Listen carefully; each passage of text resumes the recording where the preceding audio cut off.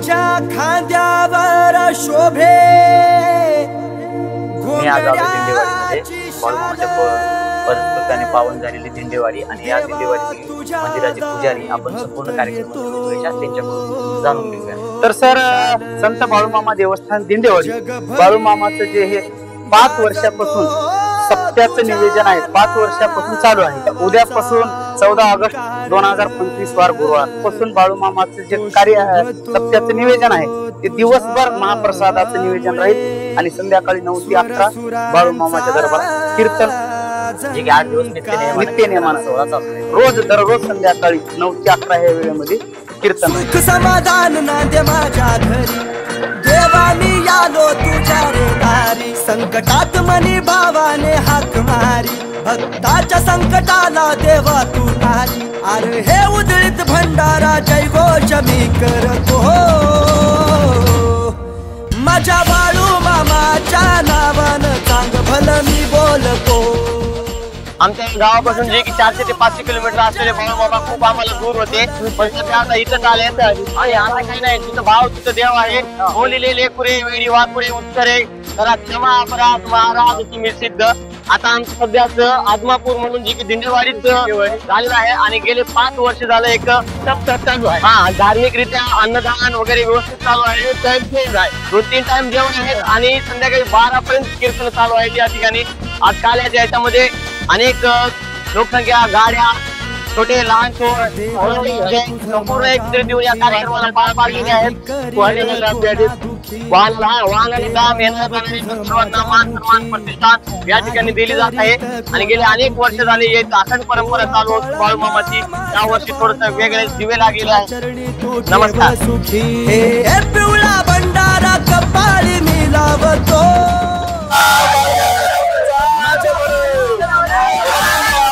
चांग भलं मी बोलतो माझ्या बाळू मामाच्या नावानं चांग भलं मी बोलतो।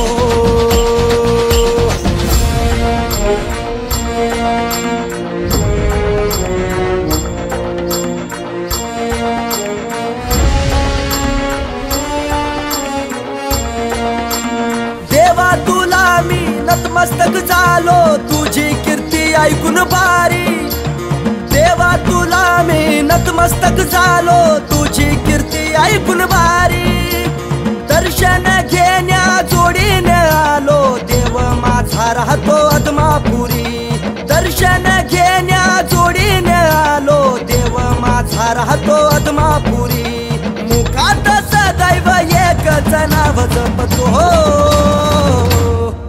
माझ्या बाळू मामाच्या नावानं चांग भलं मी बोलतो माझ्या बाळू मामाच्या नावानं चांग भलं मी बोलतो।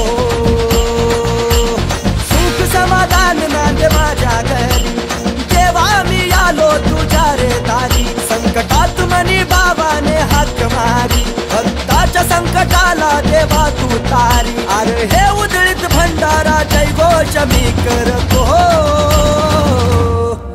माझ्या बाळू मामाच्या नावानं चांग भलं मी बोलतो माझ्या बाळू मामाच्या नावानं चांग भलं मी बोलतो माझ्या बाळू मामाच्या नावानं चांग भलं मी बोलतो माझ्या बाळू मामाच्या नावानं चांग भलं मी बोलतो।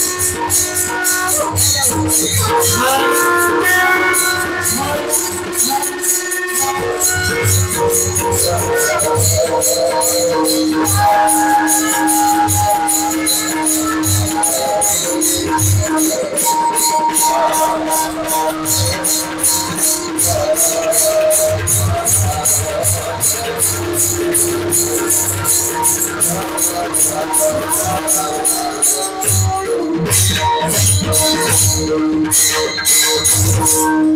देवा काही मागत चरण सेवा खंडित वासुदेवा पंढरीचा सदा संग हरिदासाचा प्रस्तुत प्राप्त प्रसंग प्राप्त स्त्री कीर्तन रूपी सेवेकरता घेतलेला अभंग भगवान पंढरीश पांडुरंग परमात्म्याचे लाडके भक्त संत शिरोमणी नामदेवराय यांचा मागणीपर प्रकरणातील उत्कृष्ट असा आणि 4 चरणाचा अभंग सेवेकरता विठाला विठाला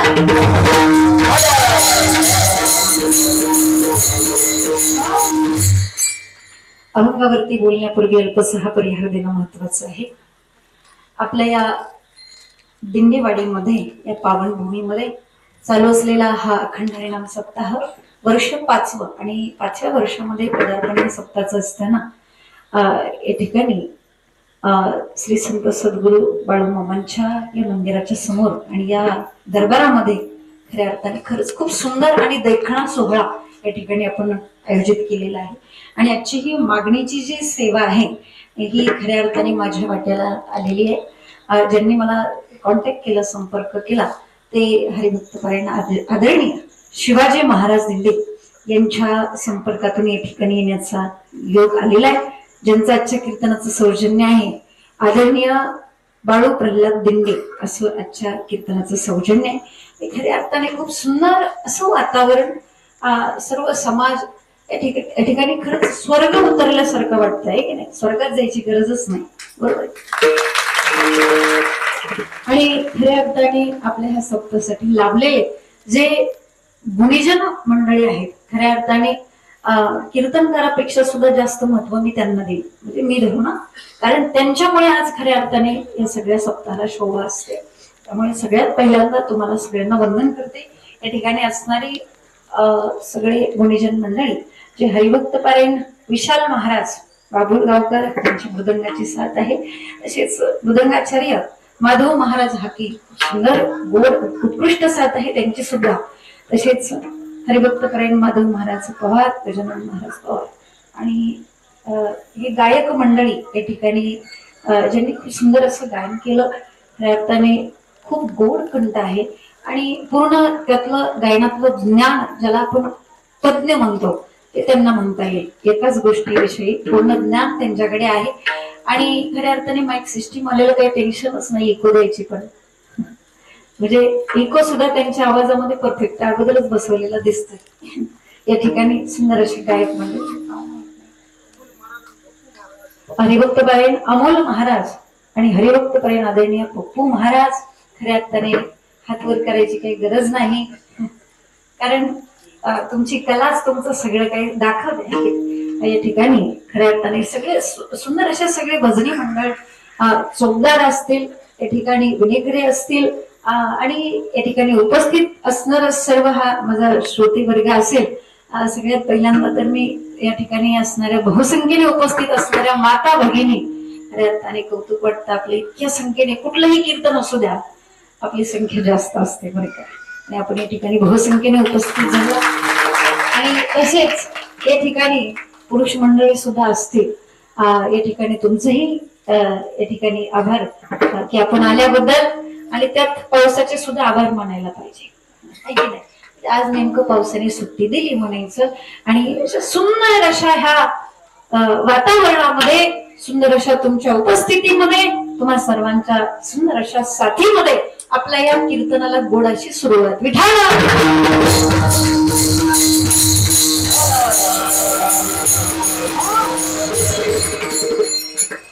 अनंत कोटी ब्रह्मांड नायक श्रीमंत सद्गुरु श्री संत बाळूमामांच्या या दरबारामध्ये जर आपण आलेलो असेल ज्यांच्या समोर आपण आहे ज्यांचा कपाळावरती आपल्या भंडारा लागलेला आहे ज्यांचं नाव आपल्या मुखामध्ये आहे असे श्रीमंत सद्गुरु बाळूमामा खऱ्या अर्थाने कोण होते हे आपल्याला सगळ्यांना चरित्राच्या माध्यमातून तुम्ही ऐकलेलं असेल. आता मामांचं श्री संत बाळूमामांचं चरित्र सांगायचं म्हणजे ते आपल्या बुद्धीच्याही पलीकडचं आहे. त्यांची कीर्ती वर्णन करणं म्हणजे अवघड आहे मज पावर आहे. काय थोरपण पायीची वाहन पायवरी. खऱ्या अर्थाने त्यांचं चरित्र एवढ्या थोडक्या वेळेमध्ये कसं सांगावं आहे की नाही. अगदी मी तुम्हाला सांगेल मामांचे जर चरित्र मी सुरुवात अशी करते की मामांचे मूळ पुरुष आतापर्यंत मी बाळाप्पा सांगायचे. बरं का, मी अभंगावरती सुद्धा बोलणार आहे, परंतु सगळ्यात पहिल्यांदा ज्याच्या दरबारामध्ये आपण आलो, ज्यांचा भंडारा आपल्या कपाळावरती लागलेला आहे, खऱ्या अर्थाने त्या महात्म्याचं थोडस वर्णन केलंच पाहिजे. मी अभंग सुद्धा मी सोडवणार आहे, काय काळजी करू नका. वारकरी सांप्रदायिक नियमाप्रमाणे सगळे कीर्तन होणार आहे. परंतु आज खऱ्या अर्थाने या मामांच्या दरबारामध्ये जर आपण आलो असेल तर ते खऱ्या अर्थाने त्या मामांचा नेमका जन्म कसा झाला आणि कुठे झाला हे तुम्हाला माहिती असलं तरी मला असं वाटतं की मामांचं चरित्र सांगितल्याने ते मला पुण्य आणि ऐकल्याने तुम्हाला सुद्धा ते पुण्य आहे. आलं का लक्षात? मामांचे मूळ पुरुष मी आतापर्यंत बाळाप्पा सांगायचे, पण मामांचे मूळ पुरुष आहेत देसाई. तिथपासूनचा त्यांचा प्रवास आहे बाळाप्पांपर्यंत. बाळाप्पांचा मुलगा मायाप्पा आणि मायाप्पांचा विवाह सुंदराबाई नावाच्या कन्येशी झाला आणि विवाह झाल्यानंतर संसार आनंदाने सुखाने चालूय, परंतु संसाराच्या वेलीला फुल नाही. म्हणजे संसारामध्ये काहीतरी कमतरता आहे. आता संसारातली कमतरता म्हणा तर ती कोणती तुम्हाला सांगायची गरज नाही, तुम्ही सगळे प्रापंचिक लोक आहात. संसाराच्या वेलीला फुल नाही आणि संसाराच्या वेलीला फुल असलंच पाहिजे, म्हणून त्या आप्पाच्या वाडीच्या त्या हालसिद्ध नाताला नवस आहे. कुणाचा? माता सुंदराबाईंचा नवस आहे की हे हलसिद्ध नाता, हे देवा माझ्या पोटी असा पुत्र दे की त्याने साऱ्या जगाची सेवा केली पाहिजे, असं भेद त्या सुंदरा मातेने मागितलं. आणि म्हणून भगवान शंकरांनी त्या ठिकाणी निर्णय घेतला अवतार धारण करण्याचा. आणि मग भगवान शंकरांनी त्या ठिकाणी सुंदराबाई मायाप्पांच्याच पोटी त्या ठिकाणी अवतार धारण का केला? कारण सुंदराबाईची कुस तेवढी पवित्र होती, सुंदराबाई तेवढ्या सात्विक होत्या, तेवढ्या त्या वारकरी होत्या, तेवढ्या त्या अधिकार संपन्न होत्या आणि म्हणून त्यांच्या पोटी मामांचा जन्म आहे. शुद्ध विजा पोटी फळे रसाळ गोमटे की नाही. आणि म्हणून त्या श्री संत बाळूमामांच्या चरित्राचं जर गीताच्या माध्यमातून वर्णन करायचं झालं, कथा सांगते आदमापूरची देव कसं अवतरला, भाव भक्तीच्या भंडाऱ्याचं सत्व आम्हाला सांगितलं. चांग भल बाळू मामाचं चांग भल बाळू मामाचं चांग बाळू वरम पुंडरीकाय दातुं मुनीन्द्रे समागत्य दिष्टन्तमानन्दकन्दम् परब्रह्मलिङ्गं भजे पाण्डुरङ्गं पाण्डुरङ्गाकारो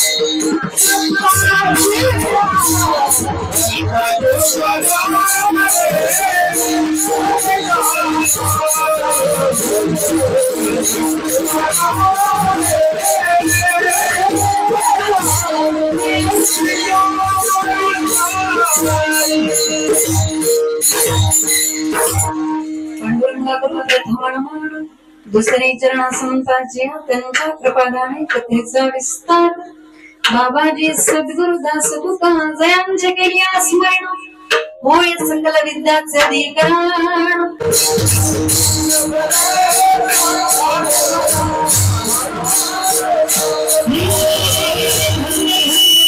जन्मभूमी नाव तुझे धन्य धन्य ती जन्मभूमी नाव तुझे हरे माते कबीर नाम तुझी नानू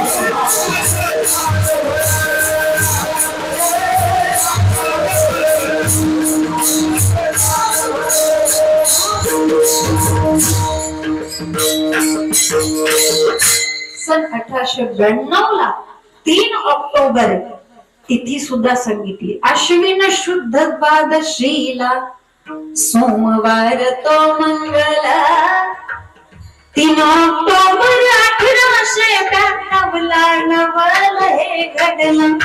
तीनोधारी भव भयतारी कैलास मुनी आला.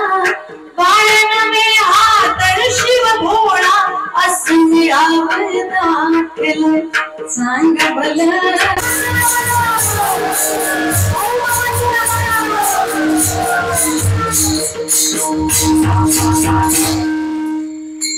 बाळूमामाची संपूर्ण कथा सांगायची म्हटलं आपल्याकडे वेळ पुरणार नाही, त्यामुळे अभंगाकडे वळावं लागेल आपल्याला. खऱ्या अर्थाने आज मागणीचा दिवस आहे आणि नामदेव महाराज या अभंगातून पांडुरंग परमात्म्याकडे काहीतरी मागतायत.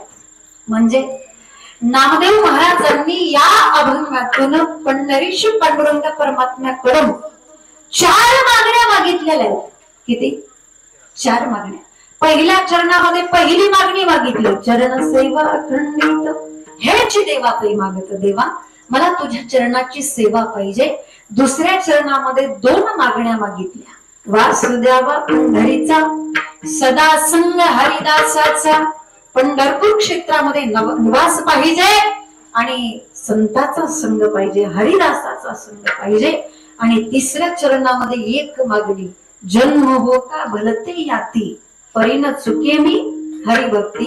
अशा मिळून किती झाल्या? 4 मागण्या. पहिल्या चरणामध्ये 1, दुसऱ्या चरणामध्ये 2, तिसऱ्या चरणामध्ये 1, अशा 4 प्रकारच्या मागण्या नामदेव महाराज या अभंगातून मागतायत.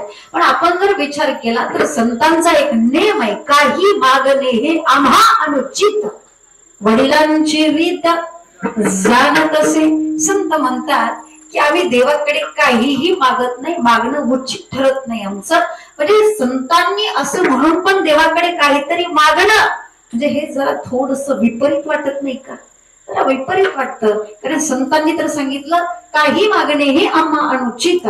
परंतु लक्षात घ्या, संतांनी का मागितलं याचं कारण असं आहे, मागण्याची आस बाहेर मुखाकडे. बरं का, ज्यावेळेस भगवान पांडुरंग परमात्म्याने संतांकडे काहीतरी आग्रह करावा मागण्याचा, आणि मग भगवान पंढरीश पांडुरंग परमात्म्याच्या आग्रहा खातर संतांना मागावं लागलं. आणि त्यांनी जे काय मागितलं ते स्वतःसाठी, स्वतःच्या स्वार्थासाठी नाही मागितलं, तर ते जगाच्या कल्याणासाठी मागितलं. त्यांची मागणी निरपेक्ष असते आणि म्हणून त्यांच्या मागणीला महत्व आहे. विठाल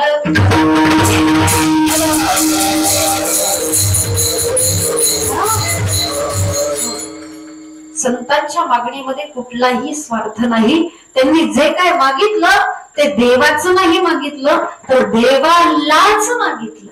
म्हणजे बघा, माझे शब्द प्रयोग तुम्ही लक्षात घ्या. देवा तुला द्यायचं असेल तर काय दे, ह्याची दान देगा देवा, तुझा विसर न व्हावा. काय मागितलं? तुझा विसर न व्हावा. म्हणजे देवाचं नाही तर देवालाच मागितलं. म्हणून त्यांच्या मागणीला महत्व आहे. तुमच्या आमच्या मागणीला महत्व का नाही? कारण आपण जे मागतो ते स्वतःच्या स्वार्थासाठी मागतो. आपण जे देवाकडे मागतो ते टेम्पररी मागतो. बरं का? पण जरी देव आपल्यावरती प्रसन्न झाला तरी काय मागावं हे सुद्धा कळायला पाहिजे. म्हणजे मागणारा कसा पाहिजे? चतुर पाहिजे. आणि मी सांगत असते, आंधळा माणूस आणि डोळस माणूस दोघे जण काशी यात्रेला जातात. त्या ठिकाणी 6 महिने राहतात आणि 6 महिने राहिल्यानंतर साक्षात भगवान दरिद्री त्याला तुम्ही एकच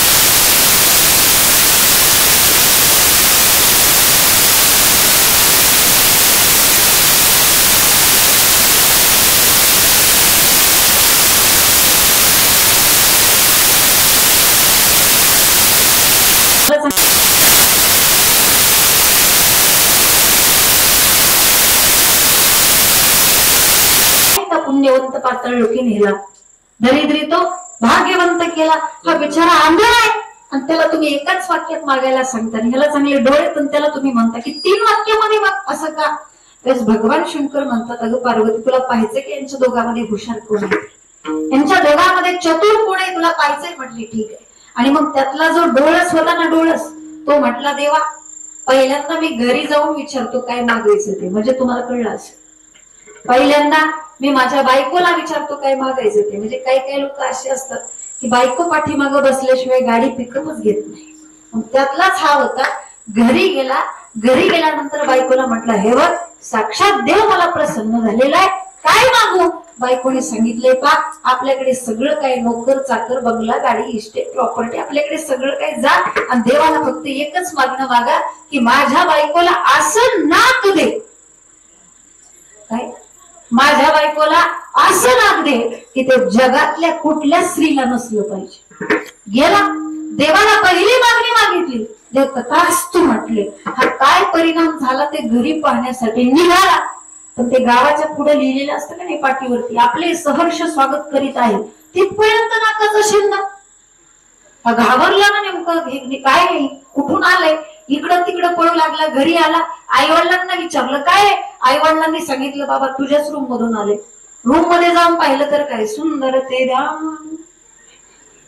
उभे ऐकून हसायला लागलं. आणि हसायला लागल्यानंतर बायको त्याच्यावर चिडली, तिला बोलता पण येत नव्हतं. मग तिने चिठ्ठीवरती लिहून सांगितलं, तुम्हाला काय कळतं का नाही, जा आणि देवाला दुसरी मागणी मागा, दिलेलं नाक कमी कर.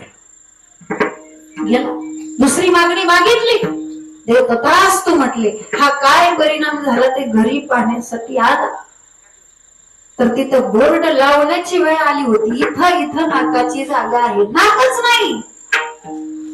आता मात्र बायको नंतर त्याच्या चिडली, म्हटली जा आणि देवाला तिसरी मागणी मागा की माझ्या बायकोचं नाक होत तसंच ठेव. म्हणजे 3ही मागण्या गेल्या की नाही फुकट. आता नंबर आला आंधळ्यावर. देव म्हटले, बघ तुला जे काय मागायचं ते एकाच वाक्यात मागायचे. आंधळा म्हटलं, देव मला माहिती. अरे मग माग पटकन. आंधळ्यांनी सांगितलं, मला काय नको, मला फक्त एकच पाहिजे देवा, एकाच वाक्यात मागितलं, देवा मला फक्त एकच पाहिजे, मी माझ्या नातवाच्या डोक्यावरचं राजछत्र स्वतःच्या डोळ्यांनी पाहावं. मागितली. देवाला सुद्धा त्याची मागणी पूर्ण करण्याकरता विचार करावा लागला. एक तर ते आंधळ होतं त्यामुळे त्याचं लग्न झालं नव्हतं. देवाला पहिल्यांदा त्याचं लग्न लावून द्यावं लागलं बरं का. लग्न लावून दिल्यानंतर देवाला पहिल्यांदा त्याला मुलगाच द्यावा लागला. त्यानंतर त्याचा मुलगा मोठा झाल्यानंतर त्या मुलाचंही लग्न देवालाच करून द्यावं लागलं. मुलाचं लग्न झाल्यानंतर त्या मुलाला त्या ठिकाणी नातूही देवालाच द्यावा लागला. आणि मग त्या आंधळ्याला नातू झाला. आणि मग त्या आंधळ्याने आपल्या नातवाच्या डोक्यावरचं राजछत्र स्वतःच्या डोळ्यांनी पाहिलं. याला म्हणायचं मागणी. विठाला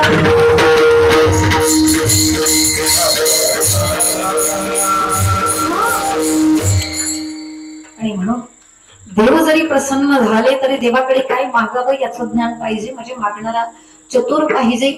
आणि मला सांगा, खरं तर नामदेवरायांना मागण्याची काही गरजच नव्हती. ज्या नामदेवरायांना पांडुरंग परमात्म्या वाचून एक क्षणभरही करमत नव्हतं आणि ज्या पांडुरंगाला नामदेवराया वाचून एक क्षणभरही करमत नव्हतं, त्या नामदेव महाराजांना देवाकडे मागण्याची काही गरज होती का? होती का काही गरज? पण मागावं लागलं. कसं ते मी तुम्हाला पुढे सांगणार आहे. पण मी एक वाक्य तुम्हाला सांगेल, मागणारा चतुर पाहिजे बर का. मागणारा अधिकारी पाहिजे आणि देणाऱ्याकडे सुद्धा तेवढं सामर्थ्य पाहिजे. पण माझ्या नामदेवरायांचा अधिकार किती मोठा होता. चहुयुगाचा नामा भक्त उभा कीर्तन आहे की नाही. माझ्या नामदेवरायांचा अधिकार एवढा होता की माझ्या नामदेवरायांच्या कीर्तनामध्ये साक्षात भगवान पांडुरंग परमात्मा नाचायचे.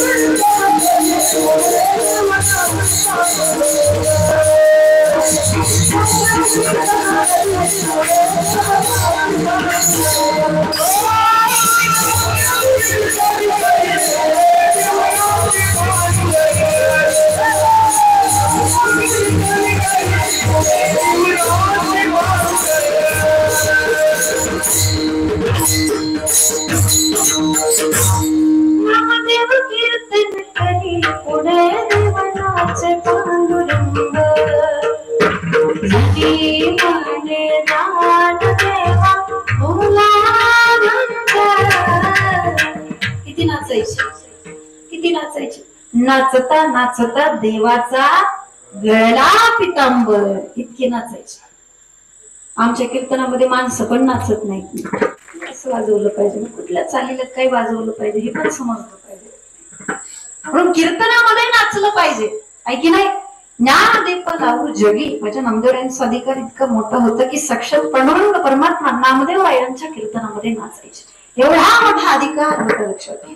म्हणून मागणारा जो आहे तो अधिकारी आहे बर का. आणि देणाऱ्याकडे सुद्धा तेवढं सामर्थ्य पाहिजे. म्हणजे देणारा दानशूर पाहिजे. देणारा जर कंजूस असेल तर काय उपयोग आहे का? नाही. आणि माझा भगवान परमात्मा इतका दानशूर आहे. तुझे अवदार्य जाणू स्वतंत्र देतान म्हणसी पात्रा पात्र परी कैवल्या ऐसे पवित्र जे वैरी यासी धिधले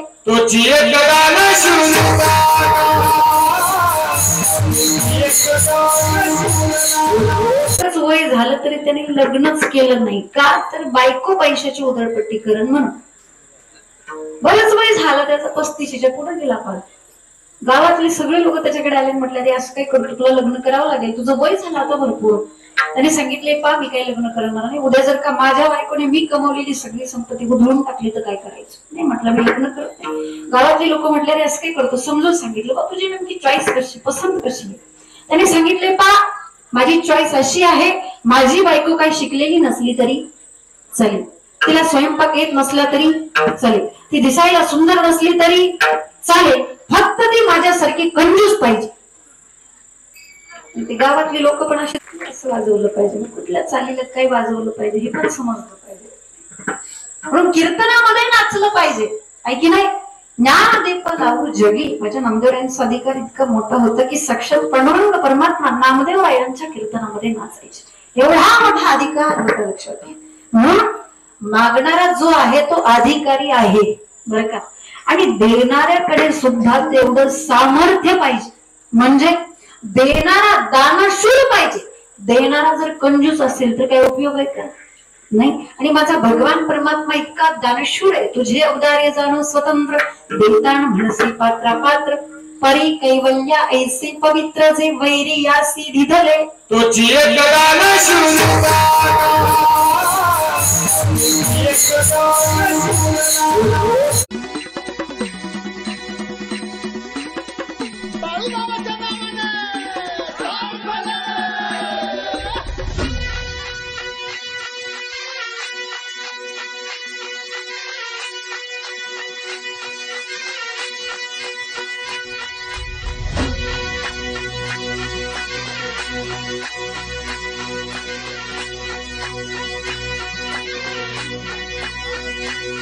आत्मपुरात तुझी वैवाट, तुझा भंडारा मांडला, तुझं ध्यान गा सुंब राहन गा, तुझा भंडारा मांडला. जीवन जगायला संसाराशिवाय पर्याय नाही.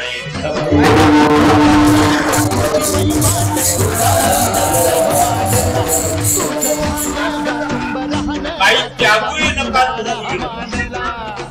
जशी स्थिती तुमची असेल तशा स्थितीने परमार्थ सहज करा अशी शिकवण होऊ लागली.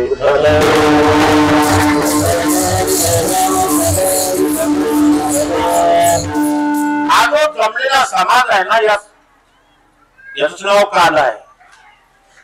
काला म्हणजे काय, एकमेकात मिसळणं म्हणजे काला. आता आपण इथं जमलेले आहोत, बहुसंख्य समाज जमलेले आहोत, तिळभर कुणाचा आवाज नाही. शिस्तबद्ध मंडपामध्ये आपापल्या आसनावर विराजमान आहोत, एकमेकामध्ये सामावलो. इथं आलेला समाज एका गावाचा नाही,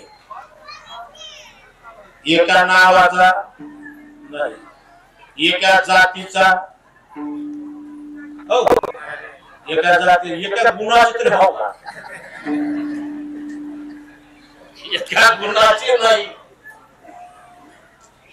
अनेक गावाचा समाज, अनेक जातीचा समाज, अनेक स्वभावाचा समाज एका सूत्रात एका स्थितीत येणं म्हणजे मूर्तिमंत काला होणं.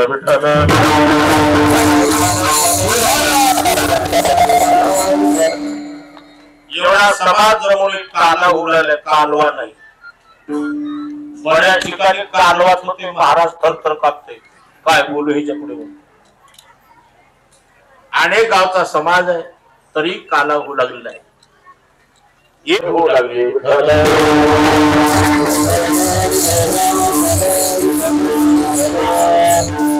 हा जो जमलेला समाज आहे ना, याच नाव काला आहे. काला म्हणजे काय, एकमेकात मिसळणं म्हणजे काला. आता आपण इथं जमलेले आहोत, बहुसंख्य समाज जमलेले आहोत, तिळभर कुणाचा आवाज नाही. शिस्तबद्ध मंडपामध्ये आपापल्या आसनावर विराजमान आहोत, एकमेकामध्ये सामावलो. इथं आलेला समाज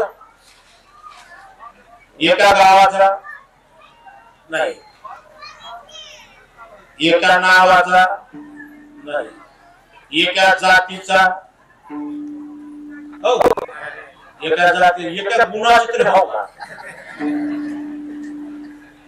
एका गुणाची नाही, अनेक गावाचा समाज, अनेक जातीचा समाज, अनेक स्वभावाचा समाज एका सूत्रात एका स्थितीत येणं म्हणजे मूर्तिमंत काला होणं.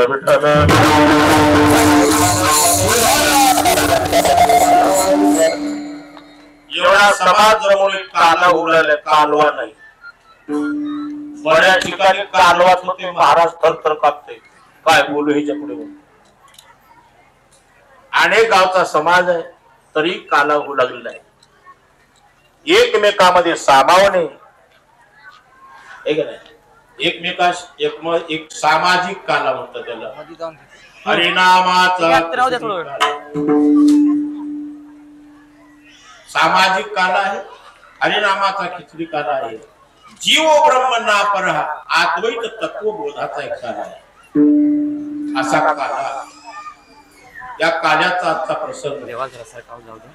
काला झाला की सप्ताह झाला, काला झाला मृदंग वादक उद्या आला. काय म्हणतील, सप्ताह काल झाला ना आज काल. काला झाला म्हणजे सप्त्याची सांगता झाली. म्हणून 7 दिवस जो सप्ताह चालला त्या सप्त्याची सांगता आज काल्याच्या कीर्तनाने होऊ लागली. काल्याचं कीर्तन म्हटलं की काल्याच्या कीर्तनाचा संप्रदायाने ठरवलेला एक विधी आहे.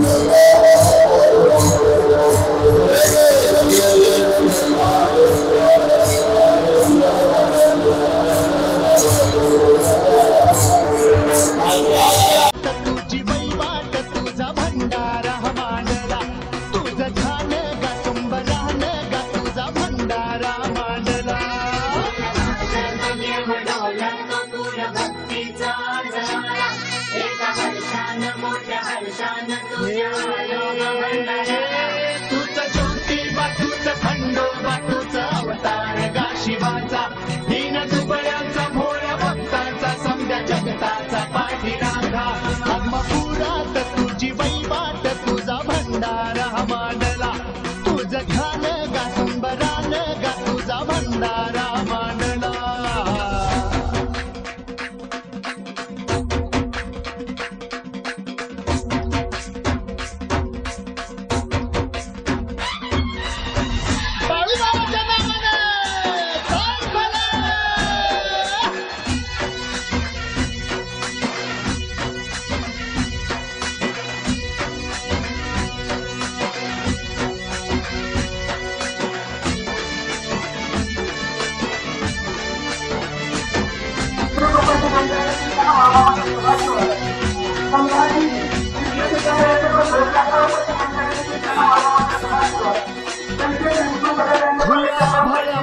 तुझ्या किरपेचा खंडार कसं सांगू किती सांगू तुझा महिमा परंपार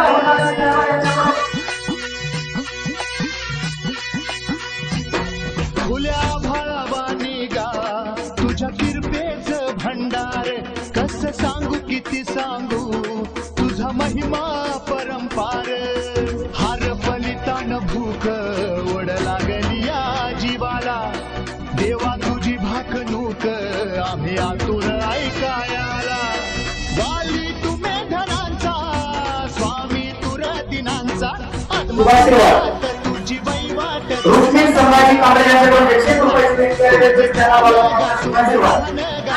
शिवाजी बापूराव मुखर्जी यांचा आशीर्वाद देवराव मारुती चिवडे यांच्याकडून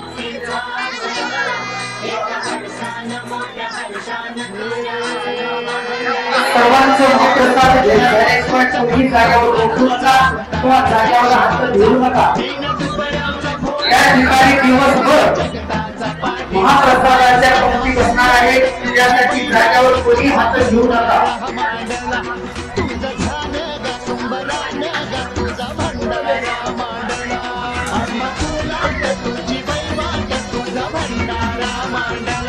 आणि माझ्याच गावामधील असलेले लोक या ठिकाणी आलेले आहेत आणि आमच्या गावातले सुद्धा संपूर्ण काही लोक इकडं बाळूमामाचा महाप्रसाद किंवा काल्याचं कीर्तन ज्ञान श्रवण करण्यासाठी इकडे आले आहेत. माझ्याच गावातील व्यक्तींना विचारतो हा कार्यक्रम बघून किंवा इथे आलेल्या लोकांना बघून काय वाटतंय, कसं वाटतंय, बरं वाटलं का इथे? बरोबर नंबर गर्दी बिर्दी झाली सगळी माणसं एवढे कोण नव्हते भंडारा लावून तुम्ही गेले काय